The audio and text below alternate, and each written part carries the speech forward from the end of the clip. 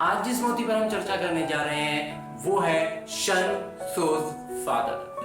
पितृ जो होते हैं, बच्चे जो होते हैं, वो अपने माता पिता का प्रतिनिधित्व करते हैं। जब भी कोई बच्चा कुछ अच्छा करे, कोई अगर छोटा बच्चा हो ना, अगर उसको उदाहरण हम छोटे बच्चे के रूप में लें कि कोई छोटा बच्चा हो तो कुछ अच्छा किया, तो लोग कहते हैं ना कितने अच्छे इसके माता पिता ने इसको कितनी अच्छी अच्छी बातें सिखाई हैं, कितना अच्छा कि कोई भी अगर परफॉर्मेंस कर रहा हो, कुछ भी कर रहा हो, तो उसको देखने के बाद कहीं बीच में सर मैंने अपने रोज की दिनचर्या में भी कहीं रोड पर ही कहीं पर भी हमें कोई बच्चा दिखे वो बहुत अच्छी बात बोलता है, तो हम तुरंत उसके माता पिता को के लिए दुआ निकलती है कि देखो कितने अच्छे इसके माता पिता होंगे जो इसे इतना अच्छा बात बताते हैं, इतनी अच्छी अच्छी बातें सिखाए इसने। और वहीं अगर कोई कुछ गलत करता है तो कैसे इसके माता पिता होंगे जो एकदम इसको कैसा संस्कार दिए, कैसे शिष्टाचार दिए, कैसा सिखाया इसको, तो तुरंत बच्चा जो है ना वो हमेशा अपने माता पिता का प्रतिनिधित्व करता रहता है। वो अच्छा करेगा तो उसके माता पिता को दुआएं मिलेंगी और बुरा करेगा तो वो माता पिता के लिए वो कलंक बनेगा। तो ये काम जो है ना ये सिर्फ लौकिक माता पिता के लिए नहीं होता है, ये हमारे परम पिता परमात्मा की हम संतान है। इस बात की जब हमें स्मृति आएगी ना तब हम इस बात को इतने अच्छे से अपने जीवन में उतारने के लिए एकदम हमारा सरल सहज स्वभाव हो जाएगा, क्योंकि हम संतान किसकी हैं? परम पिता परमात्मा की।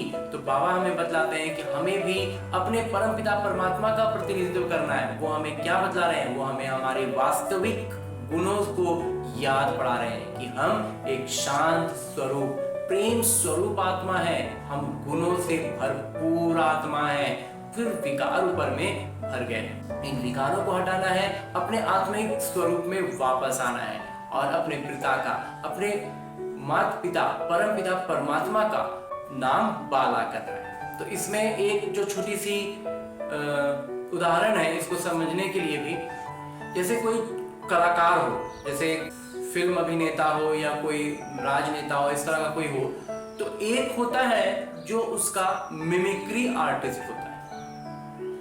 अब इसका हिंदी में मुझे पता नहीं चल पा रहा है, मतलब जो उसकी कला का जो तरीका है ना, वो जिस तरह से बोलता है, वो जिस तरह से खड़े होता है, वो जिस तरह से उसकी हर बात का ना वो क्या कहते हैं डुप्लीकेट करता है, और वो भी एक मनोरंजन का विषय बन जाता है। तो लोग जो वास्तविक जो कलाकार हैं, जो राजनेता है, उनकी भी बातें सुनते हैं, उनको भी देखते हैं, और फिर जो उसकी मिमिक्री कर रहा है उसको भी देखते सुनते हैं।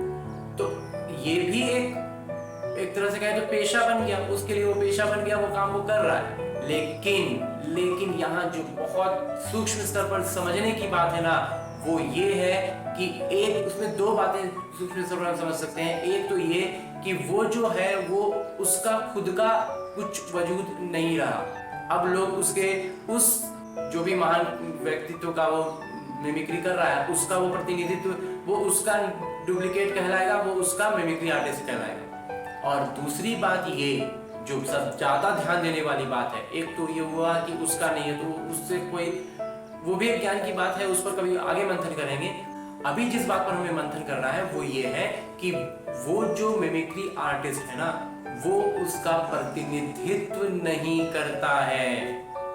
कहने को तो जो तरीके से जो मुख्य कलाकार का वो मिमिक्री कर रहा है वो भी उसी की तरह बोलेगा, उसी की तरह करेगा, सब कुछ उसी की तरह करेगा, लेकिन वो कहलाएगा डुप्लीकेट, वो मिमिक्री ही रह जाएगा। लेकिन जो उसका पुत्र होगा ना, उसका जो पुत्र होगा वो उसके अंदर में बहुत सारी चीजें ऐसी होंगी जो उसके माने उस पुत्र को देखने से उसके पिता का झलक नजर आएगा।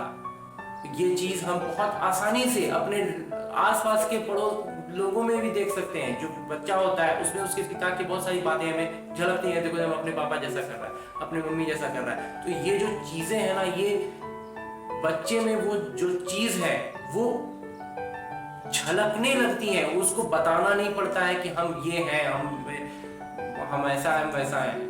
वैसे ही बाबा हमें उनके प्रतिनिधित्व करने के लिए हमसे उन परमपिता परमात्मा के जो गुण है ना, जो ज्ञान है ना, वो हमसे झलके, ये हमारा उद्देश्य होना चाहिए। और ये हमारा, इसमें एक जो छोटी सी बात जो छिपी रह जाती है वो ये है कि जो भी कोई कोई लौकिक माता पिता के जो संतान होते हैं उसमें क्या होता है, मम्मी के कुछ बातें दिखती हैं, पापा की कुछ बातें दिखती हैं, माता के पिता के गुण उस पर दिखते हैं, झलकते हैं। इसके अलावा उसके अपने भी कुछ ऐसे संस्कार होते हैं जो उसमें माता में भी नहीं है, पिता में भी नहीं है, लेकिन फिर भी उसमें वो है, क्योंकि जब इस ज्ञान में हमें समझ में आता है कि वो उसके अपने खुद के संस्कार को पहले से लेकर आया है। तो ये जो चीज है ना, तो इससे क्या होता है, वो माता का भी, पिता का भी और अपना भी सबको जोड़ करके वो उस जीवन में प्रस्तुत करता है, अपने जीवन को जीवन शैली बना करके जीता है। तो हमें बाबा क्या दे रहे हैं, हमें माता पिता है और हम उनकी संतान है, तो हम आत्मा है, इस बात की भी हमें स्मृति लानी है और हमारे भीतर के सारे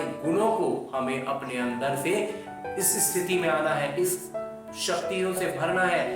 शक्तियां जो है ना, ये हमारी स्वाभाविक गुण है, ये हमारा शांति का, प्रेम का, यह सब कुछ हमारा स्वाभाविक गुण है। यही तो हमें परमपिता परमात्मा याद दिला रहे हैं। हमें उसमें रहते हुए उन सब चीजों को उभारना है, विकारों को दूर करना है और हम बाबा का प्रतिनिधित्व करने वाले अच्छे वाले बच्चे बनते जाएंगे। ऐसे ही बाबा की अनेक ज्ञान मोतियों का एक एक करके करते चलते हैं, थोड़ा थोड़ा मंथन निकालते चलते हैं, थोड़ा थोड़ा माखन।